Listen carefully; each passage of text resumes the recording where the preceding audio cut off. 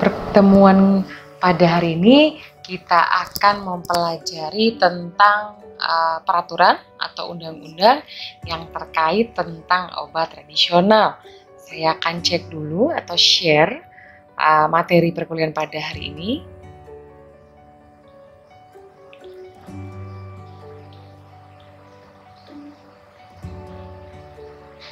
Ya, undang-undang obat tradisional.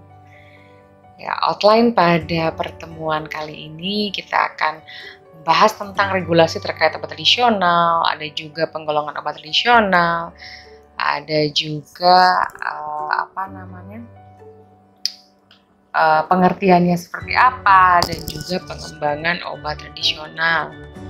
Regulasi yang terkait obat tradisional yang ada di Indonesia dari Permenkes nomor 381 tahun 2007 tentang Kotranas Kebijakan Nasional Obat Tradisional.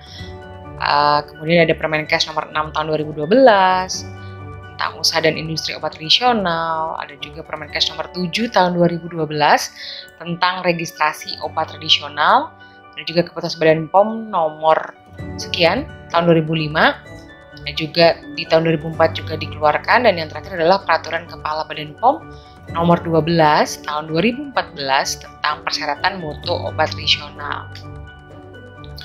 Kemudian ini beberapa buku standar yang terkait dengan obat tradisional. Kita mulai dari yang pertama tahun 2008 dikeluarkan Farmakope Herbal Indonesia pertama yang memuat 70 monografi yang terdiri dari 37 simplisia dan 33 ekstrak. Ada juga Farmakope Herbal Indonesia suplemen pertama tahun 2010 memuat 5 monografi terdiri dari 26 simplisia dan juga 29 ekstrak. Ada juga Farmakope Herbal Indonesia suplemen 2 tahun 2011 memuat 41 monografi. Ada juga Materia Medika Indonesia jilid pertama sampai dengan 6 yang memuat 244 monografi tumbuhan obat. Terdapat juga buku monografi ekstrak tumbuhan obat Indonesia jilid pertama sampai dengan kedua yang memuat 65 monografi tumbuhan obat. Dan yang terakhir adanya Farmakope Herbal Indonesia di tahun 2017 edisi kedua berisi 253 monografi simplisia dan ekstrak yang terdiri dari 213 monografi yang revisi dari Farmakope Herbal Indonesia edisi pertama serta suplemennya yang berisi 40 monografi tanaman baru. Ini beberapa buku standar terkait dengan obat tradisional. Ini penggolongan obat tradisional seperti apa? Ada 3 logo. Pertama ada logo jamu, logo obat herbal terstandar, dan juga fitofarmaka. Logo jamu seperti ranting pohon. Ada juga logo obat herbal terstandar adalah seperti bintang, 3 bintang di tengah, dan juga logo fitofarmaka seperti kristal air. Ya, ini beberapa logo obat tradisional yang diatur di dalam negara kita. Kriterianya seperti apa, Bu? Namanya jamu itu adalah merupakan klaim khasiat dari penggunaan secara turun-temurun minimal 3 generasi, dan dia disajikan dalam bentuk seduhan, pil maupun larutan, dan biasanya dia dibuktikan secara empiris, ya. Jadi belum ada pembuktian secara praklinik dan juga klinik. Untuk obat herbal terstandar biasanya bahannya dari hewan, tanaman, mineral. Dia harus melalui uji praklinik dulu, dan dia membutuhkan tenaga kerja dengan pengetahuan dan keterampilan yang khusus ya dalam pembuatan ekstrak. Biasanya uji prakliniknya dilakukan kepada hewan percobaan, tikus, mencit, kelinci, dan lain sebagainya. Untuk fitofarmaka, dia harus proses pembuatannya harus sudah terstandarisasi, bahannya juga terstandarisasi, dan dia dilakukan uji klinik pada manusia 1-4 fase, di mana nanti dosis yang ditemukan pada hewan percobaan akan dikonversi, akan diubah ke dosis aman untuk dikonsumsi oleh manusia. Ya, ini sesuai dengan Keputusan Badan POM tahun 2004.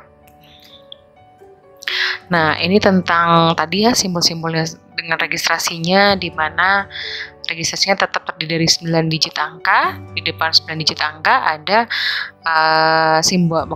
ada huruf POM spasi TR ya. TR itu wajib, jadi dia termasuk dalam golongan jamu atau tradisional lokal. Untuk OHT sendiri masih sama 9 digit angka, tapi di depannya terdapat POM spasi HT atau herbal terstandar. Ya, ini untuk registrasi izin edarnya.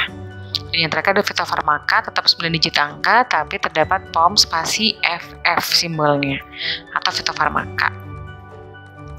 Nah, untuk pengembangan obat tradisional dimulai dari obat yang hanya dipergunakan di lingkungan sekitar atau secara empiris. Nanti akan diturunkan nih. Biasanya kalau jamu-jamu itu kan hanya dikonsumsi dari mulut ke mulut. Oh, ini untuk sakit ini cocoknya jamu ini. Jadi belum ada perkembangan penelitian sekalipun, praklinik maupun klinik. Dan biasanya ini untuk pengobatan sendiri atau swamedikasi. Nah, untuk yang obat tradisional obat herbal terstandar, dia melalui uji praklinis dan simulasinya telah distandarisasi. Terakhir ada fitofarmaka, pengembangan obat tradisional yang terakhir. Dia wajib ada praklinik dan juga klinik diujikan ke manusia. Baru dapat dikatakan itu adalah obat fitofarmaka.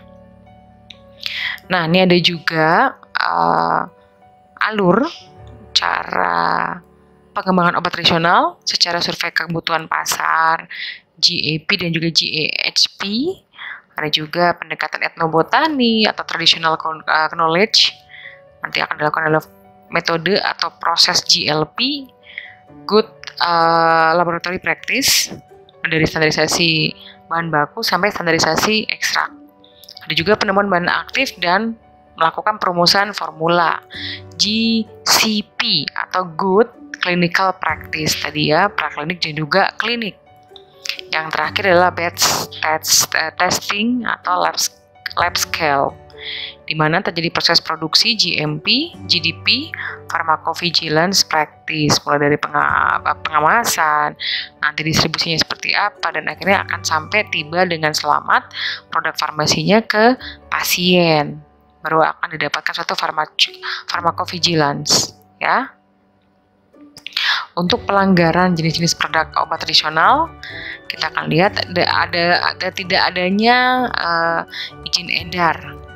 Ya, itu tidak memiliki persetujuan untuk pendaftaran yang masih berlaku. Jadi tidak juga adanya logo-logo obat tradisional seperti jamu, OHT dan juga FF. Ini termasuk jenis pelanggaran produk obat tradisional. Ada juga yang mengandung BKO atau bahan kimia obat, di mana obat tradisional itu tidak boleh sama sekali mengandung BKO. Dan biasanya nanti akan dibuktikan dengan adanya pengujian lab, dinyatakan dengan hasil positif untuk mengandung bahan kimia obat pada produk jamu, misalkan seperti itu. Ada juga yang tidak memenuhi syarat mutu, mungkin secara parameter OG-nya masih tidak benar atau tidak baik, yang tidak sesuai dengan syarat yang berlaku yang telah dikeluarkan oleh Badan POM. Beberapa contoh yang di sebelah kiri ini produk jamu, simbolnya dia klaimnya terlalu berlebihan untuk mengatasi ini terlalu banyak, ya, terlalu segala sesuatu yang berlebihan juga itu tidak baik. Ada juga dia memiliki izin edar fiktif. Jadi kalau kalian masih ragu dengan produk herbal yang kalian beli, bisa cek izin edarnya di cek.bpom.go.id. Tinggal masukkan mereknya juga bisa, atau tidak kalian masukkan nomor registrasinya.